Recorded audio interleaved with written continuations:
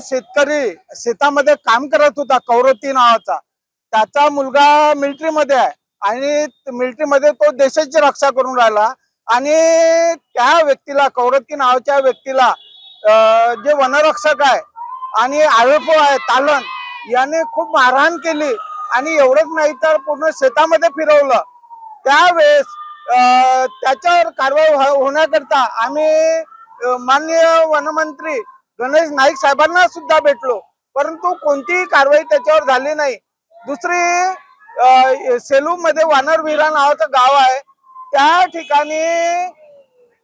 रात्री 2 वाजता जवळजवळ 25-30 जण गुंडांनी त्या ठिकाणी हमला केला आणि त्या मुलीला हात धरून ओढत ओढत बाहेर काढून आपल्या सोबत नेलं। अशा परिस्थितीमध्ये पोलिसांना सांगितलं आम्ही की त्यांच्यावर अॅट्रॉसिटी गुन्हा दाखल केला, परंतु पोलिसांनी अॅट्रॉसिटी दाखल न करता फक्त पोस्को कायदा लावला। काढण्याचा उद्देश म्हणजे आज वर्धा येथे आदिवासी मुलींची जे शिकण्याकरिता वर्ध्यामध्ये येतात, परंतु ज्या वसतिगृहामध्ये ते राहतात त्याच्या बाहेरच ते एक वृक्षारोपणाच्या खाली अनेक असे वर्धेचे वेतनाधिकारी तिथे राहतात आणि त्या मुलींना छेडखानी करतात आणि त्या छेडखान्याची तक्रार वर्धा पोलीस स्टेशन मध्ये दिलेली आहे, परंतु पाहिजे तसा त्याच्यावर कारवाई होत नाही। दुसरी गोष्ट, कारंजा येथील आदिवासी शेतकऱ्यांच्या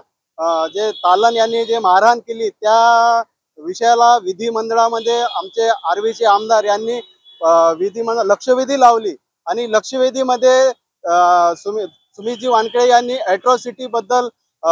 मांडणी केली, परंतु पोलीस प्रशासनाने अॅट्रॉसिटी न लावता 324 आणि 34 हे गुन्हा दाखल करून चार्जशीट 60 दिवसाच्या आतमध्येच त्यांनी कोर्टामध्ये दाखल केलेली आहे। आमची या मोर्चाच्या वतीने मागणी आहे की तालन यावर अॅट्रॉसिटीचा